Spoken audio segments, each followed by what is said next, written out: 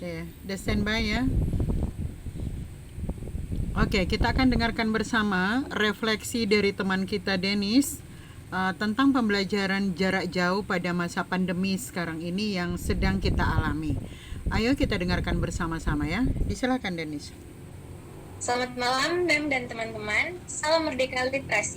Di malam hari ini saya akan menjelaskan mengenai modul 8, presentasi mengenai refleksi pembelajaran jarak jauh di masa pandemi.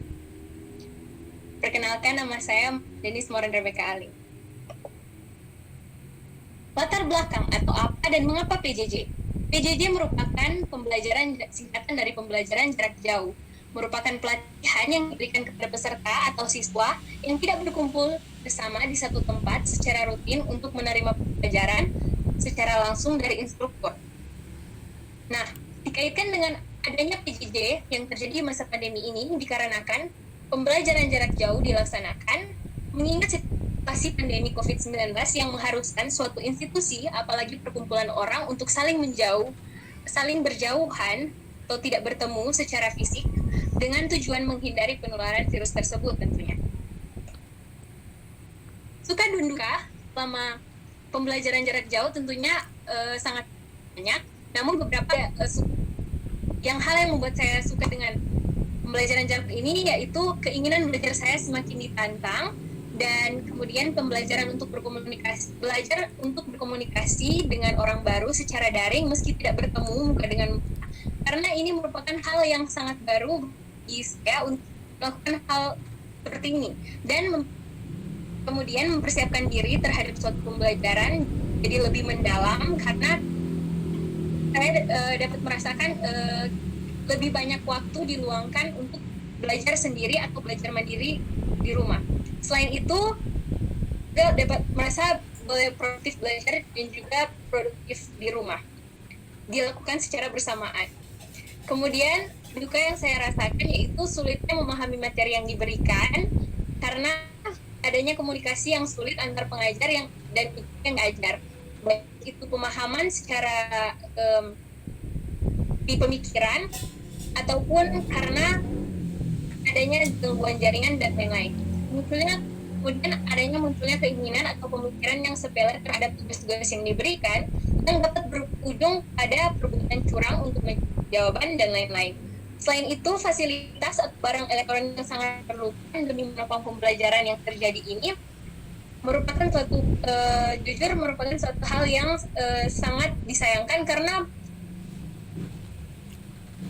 setiap mahasiswa atau kita yang belajar di rumah sangat membutuhkan barang elektronik. Oleh karena itu, terkadang ada beberapa hal yang tidak dapat dibeli, dan tentunya itu menjadi suatu hal yang sangat disayangkan karena keinginan belajar kita yang tentunya sebenarnya sangat besar namun kadang terbatas.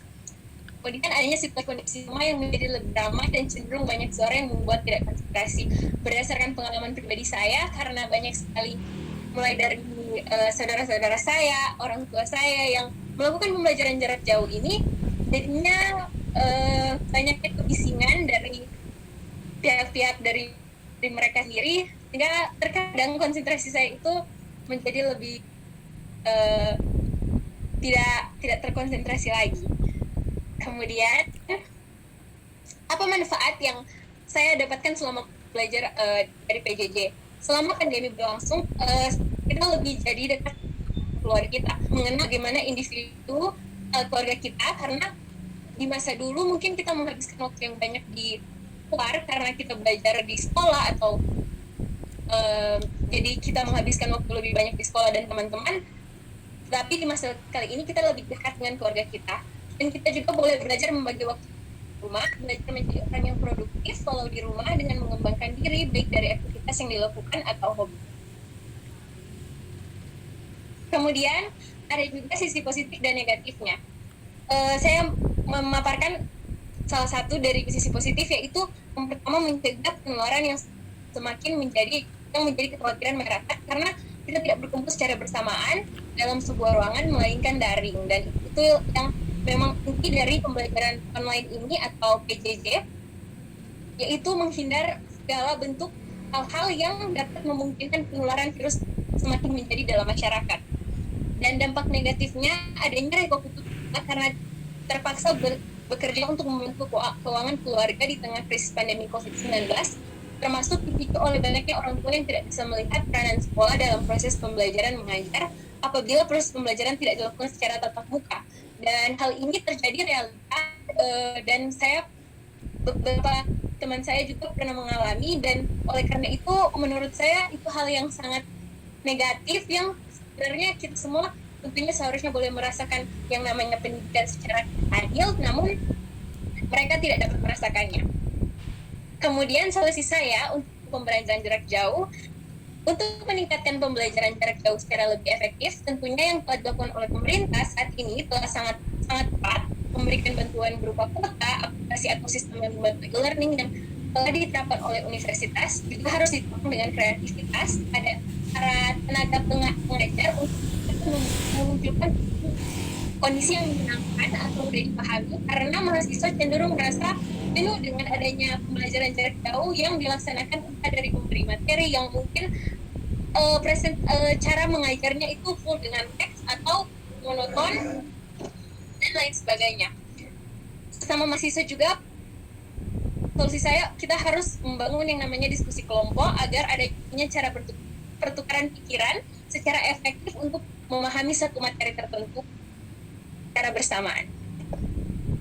Harapan saya semoga pembelajaran jarak jauh ini dapat semakin berkualitas, dapat semakin tingkatkan dari sistem e-learning ada di universitas atau aplikasi yang digunakan, juga pemberi materi secara gratis atau tidak berbayar kepada setiap mahasiswa, memberikan materi secara gratis agar juga dapat membantu perekonomian masyarakat-masyarakat yang mungkin sementara mengalami krisis ekonomi dalam kebutuhan kehidupan mereka. Kesimpulannya, pembelajaran jarak jauh merupakan suatu sistem yang dilakukan oleh pemerintah guna mencegah yang namanya tertular dari pandemi atau virus COVID-19. Selain itu, pembelajaran jarak jauh dapat dilakukan bukan hanya untuk mencegah, namun secara untuk berkelanjutan di masa depan tentu bisa dilakukan atau dilaksanakan karena mengingat betapa sebenarnya pembelajaran jarak itu dapat bersifat efektif terhadap pembelajaran para mahasiswa, namun semuanya tergantung dari keinginan atau inisiatif dari setiap mahasiswa yang belajar. Walau ada beberapa hal yang dikatakan sebagai dampak negatif, namun pembelajaran jarak jauh bukanlah hal yang tidak patut dibawa untuk masa depan, apalagi yang kita ketahui bahwa industri